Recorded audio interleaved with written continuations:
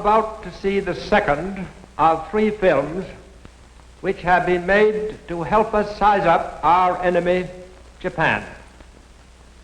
To beat the Japanese and to do the job thoroughly, we have got to understand them thoroughly. The Japanese are not easy to know. I've lived among them for 10 years, and I can testify that they are as different from ourselves as any people on this planet. The real difference is in their minds. You cannot measure Japanese sense of logic by any Western yardstick. Their weapons are modern, their thinking 2,000 years out of date.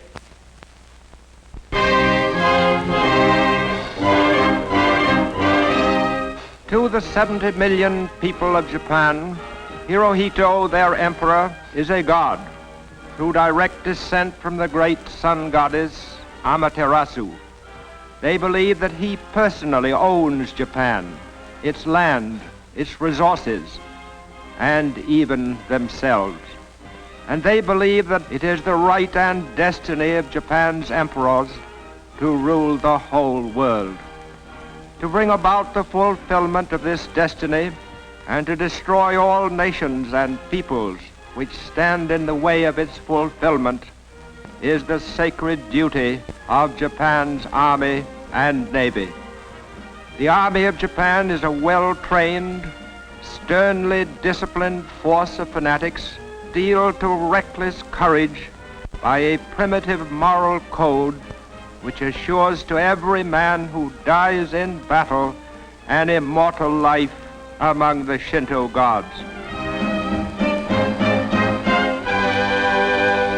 Behind the fighting forces stand all the wealth and power and resources of a people whose national dream is to see Tokyo established as the capital of the world. From Tokyo, the Japanese have for over 11 years been carrying on one long, uninterrupted war. Again and again, Western economists have predicted that Japan's economy must soon collapse. But Japan is stronger today than ever before in its history. An adaptable people, the Japanese have made good use of the inventions and conveniences of the Western world, which might fit in with the plan for world conquest, which is their national obsession. Non-essential industries in Japan have been all but wiped out, for the empire has recognized but one need, the need for the materials of war. Efforts to hold down prices have failed, and inflation has decreased the purchasing power of the yen. Japan's gold supply is carefully hoarded, no longer forms a basis for her money, but Tokyo's bankers see their turn coming later, when Japan begins exploiting the lands it has conquered. Most eagerly sought securities on the Tokyo Stock Exchange are the shares of government-controlled corporations set up to develop the gold and iron and timber of the Philippines, the abundant rubber and tin of Malaya, the oil and quinine of the Dutch East Indies, all the raw materials needed to make Japan self-sufficient in a war which many of its leaders believe may last a century. Never an inventive or creative people, the Japanese have always depended on the scientific and industrial knowledge of the Western world. And now that they are at war with Britain and the United States, they find their chief source from which to borrow fast-changing production techniques in Nazi Germany.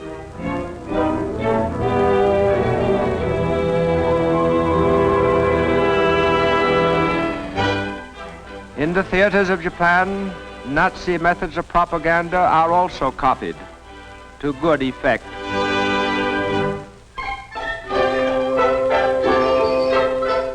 The Nazi concept of total war is highly satisfying to the Japanese mind, for throughout its modern history, Japan has been a totalitarian state preparing for total war. Playing their closely supervised part in total war are Japan's metropolitan newspapers, which ape the great American dailies. Before a stick of type can be set, it must be approved by the Army, the Navy, the police, and the Foreign Office. No story or editorial, no picture or cartoon may be printed which opposes the concept of a Japanese-ruled world. Thus, to the Japanese reading public, the progress of their holy war is an unbroken succession of triumphs. Every disaster becomes a victory, and all news is good news. For every channel of public information is being used to impress upon Japan's people that the war is proceeding according to a divinely guided plan, and that the people's part is merely to double and redouble their sacrifices on behalf of the emperor and of their sons and fathers away at the front. Greatest single source of Japan's fighting men is its peasant population, long used to hard work and self-denial. Toiling from before dawn to long after sunset, the farm family accepts hard work and squalor with the unfeeling stoicism of a disciplined race.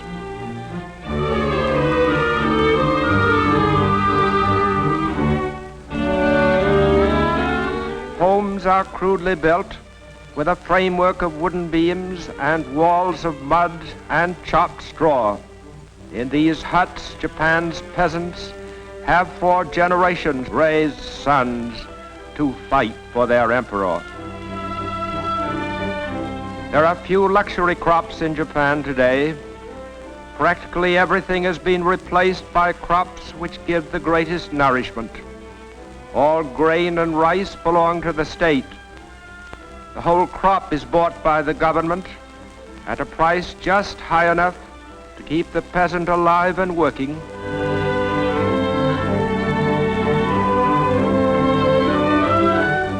And in a nation where land is the chief source of food and life, no square foot of farmland, however meager, is left untilled. To protect its supply of hardwood, Japan has for years practiced reforestation on a national scale. And today its lumber, like everything else it produces, is going into the war effort in one way or another. To make sure that on the farm not an hour is spent in idleness, no material is wasted. Every rural community produces useful handicrafts.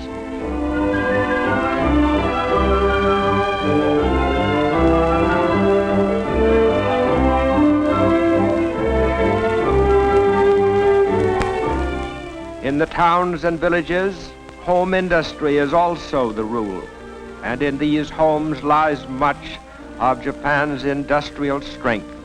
With each home a miniature factory, the nation's total production is almost beyond estimate. With the same fanatic zeal that inspires the soldiers, whom they so devotedly support, the Japanese people are today working for the destruction of the land they fear and hate most of all, the United States, a land which more than any other the Japanese have cause to remember with gratitude and affection. When in 1923 Japan was racked and broken by an earthquake, it was the United States which was first and most generous in giving aid. Into Tokyo and scores of other shattered and suffering cities poured millions of American dollars, shiploads of American supplies, to save lives, to heal the injured, and to help rebuild Japan. Today, Japan's restored cities are filled with mills and factories turning out materials of war. In these factories, there is no shortage of labor. Farms and villages comes an endless supply of girls eager to contribute to the war effort for a year or two before they marry and begin bearing sons for the Army and Navy. Willing to work 14 hours a day for little more than room and board, they find factory meals of boiled rice, fish, and tea better fare than they had at home. Since nearly a decade before Pearl Harbor, Japan's heavy industry has been mobilized on a war footing. Its materials, machine tools, and workmen integrated into a long-range program to build up and maintain the Japanese war machine. To make up for shortages of strategic materials, it accumulated great stockpiles of raw materials by importing them from China, India, the Netherlands East Indies, and from Western nations.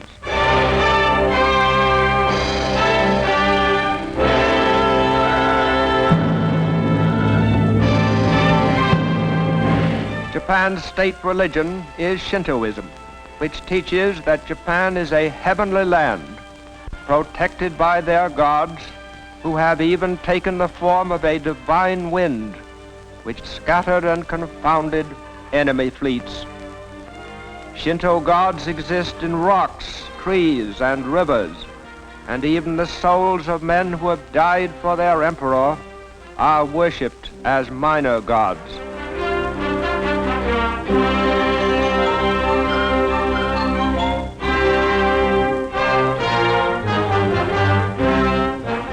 And in the immemorial fashion of these ancestors, they fortify with pageantry and savage symbolism the belief that innumerable and deities in them to be the conquerors of the world.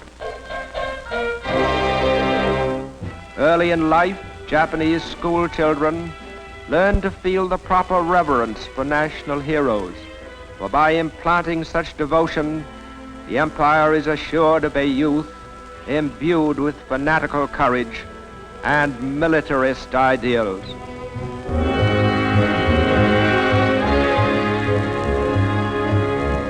From infancy, Japanese children find their days strictly scheduled to the discipline of total war.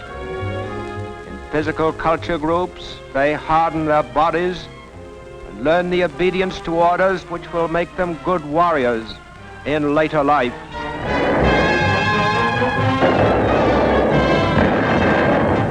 By wreaking pitiless destruction upon unarmed cities and their helpless people, and by slaughtering all those who stand in Japan's way, the young Japanese will win honor and grace in the sight of his gods.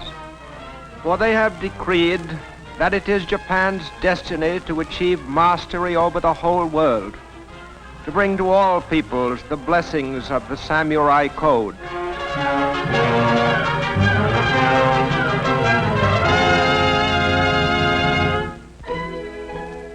In learning to read and write the complex Japanese language of more than 4,000 characters, there is stern discipline for the mind.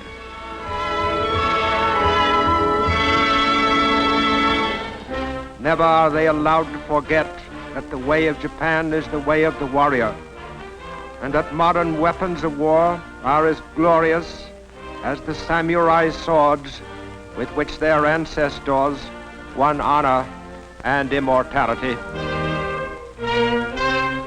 To the Japanese child, these are not mere planes and ships, but symbols of the conquering might of his august emperor. As he grows older, the future Japanese soldier devotes a large part of his time to the study of warfare. He learns to submerge his individuality in mass drills and maneuvers which teach him the fundamentals of the life he will soon lead.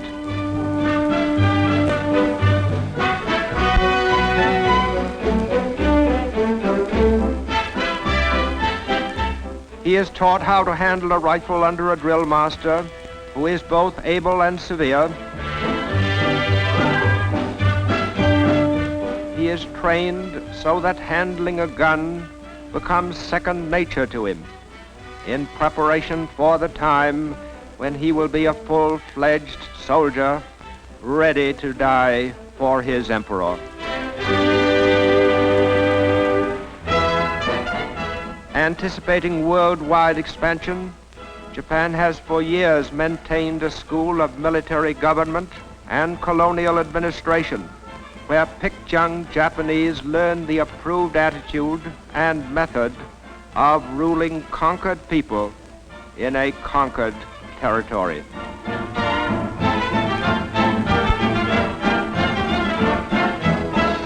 The emperor's future Gauleiters lead a Spartan existence, become used to the simple rations which be their lot until the day of final victory.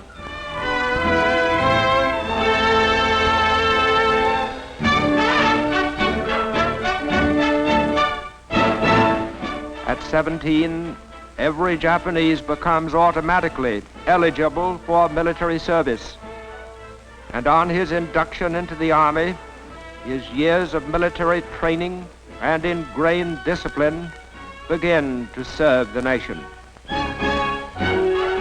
Averaging only 5 feet 3 in height and 117 pounds in weight, the Japanese soldier is expected to compensate for his small size by his fanaticism in battle.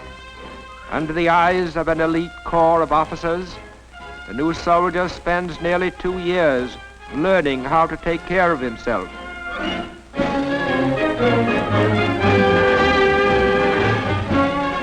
And it is a matter of pride with each Japanese soldier that he conform to the accepted pattern.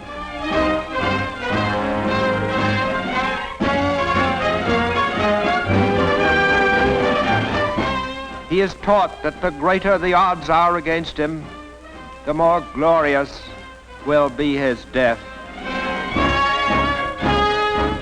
Building on this foundation of the will to conquer, the Japanese have made good use of the offensive spirit which inspires their people.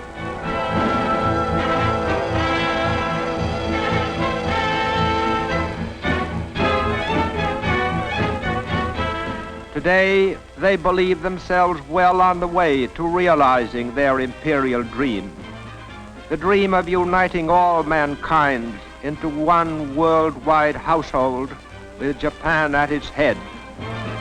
This, then, is the enemy, primitive, murderous, and fanatical. This war machine, this empire can be beaten. But let us make no mistake, for total victory, we must make total sacrifice. Against the madness of Japan, nothing less than all our efforts will suffice to bring peace and security in our time.